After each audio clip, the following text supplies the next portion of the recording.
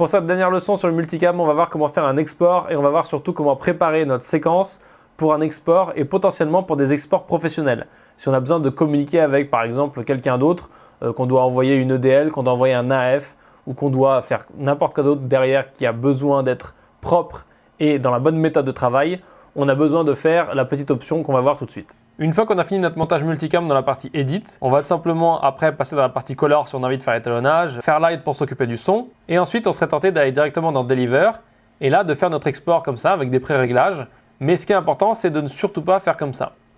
Idéalement pour travailler avec la bonne méthode, ce qu'il faut faire c'est tout simplement, quand on voit qu'ici on a des multicam clips, c'est de faire un flatten. Donc le flatten, on va voir ce que ça veut dire, on va dans la partie Edit, et là on a donc ce à quoi on est habitué, on voit Live numéro 1.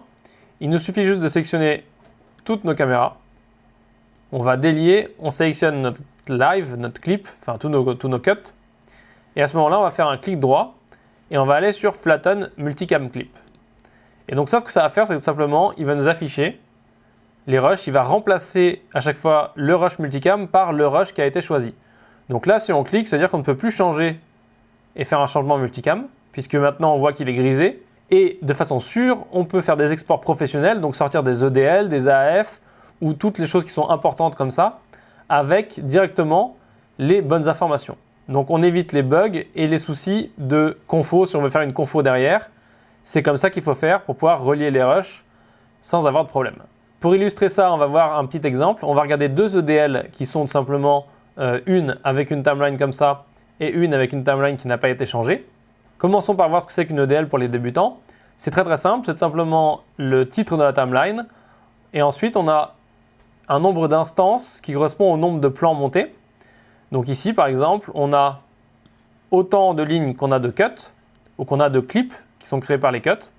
Et donc du coup ça nous permet de savoir à quel endroit sur la timeline est monté quel clip, donc quel nom de clip et les timecodes internes et puis le timecode de la timeline. Donc là, par exemple, on a ce clip qui est monté de 0440 11 16 à 0440 32 16. Donc ça, c'est le timecode interne au clip. Et il est monté du début de la timeline, puisqu'on est à 1000 jusqu'à 21 secondes. On peut vérifier ça très facilement. On clique ici. On va là et on voit qu'on est à 21 secondes. Si on revient à l'EDL, on voit que tous les autres continuent pareil, à chaque fois en respectant le timecode inhérent au clip. Donc ça c'est très pratique parce que ça permet de reconstituer un montage. C'est un petit peu la liste des courses du montage. Donc on sait qu'on a besoin pour ce montage-là de ce plan-là avec ces timecodes-là, etc., etc. Voyons maintenant comment ça se passe si on ne fait pas un aplatissement de notre timeline avec notre clip multicam. Donc là on a deux EDL qui sont une aplatie et une non aplatie. On voit tout simplement les timecodes, très bien.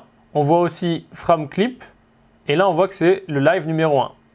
Donc le problème avec le live numéro 1, c'est que ça ne nous dit pas grand chose puisque aucun de nos rushs ne s'appelait live numéro 1.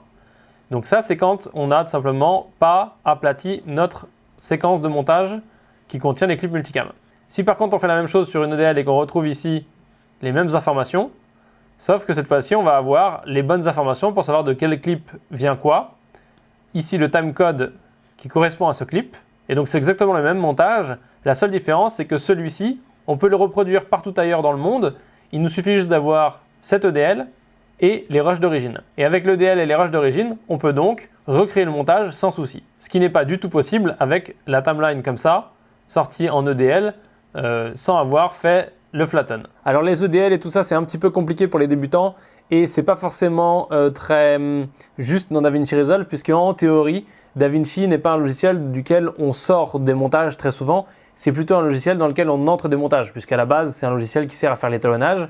Donc en général, nos montages, ils viennent d'Avid, ils viennent de Premiere, ils viennent de Final Cut pour aller dans DaVinci pour être étalonnés. Maintenant, comme nous, on l'utilise comme un logiciel de montage, on va moins avoir à sortir, mais ça peut être très intéressant parce que par exemple, on peut sortir pour des effets spéciaux.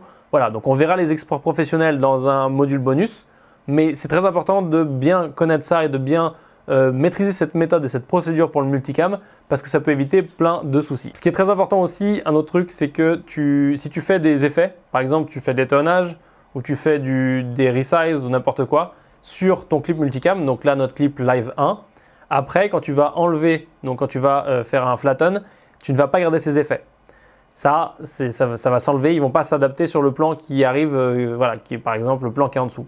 Donc ça, c'est voilà, faut faire attention aussi, il ne faut pas faire tout le travail et à la fin faire le flatten. Il faut faire ton montage multicam, faire le flatten et après tu fais les effets, tout ce qui va avec, l'étalonnage, etc., etc. Comme ça, ce sera vachement plus simple. Il n'y aura pas besoin d'avoir 12 000 lectures en même temps. Ce sera vraiment la bonne méthode de travail qui te permet de travailler en sécurité, en rapidité et en simplicité. C'est tout pour cette leçon sur le multicam. Si tu as des questions, n'hésite pas à les poser. Et sinon, je te dis à dans la prochaine leçon.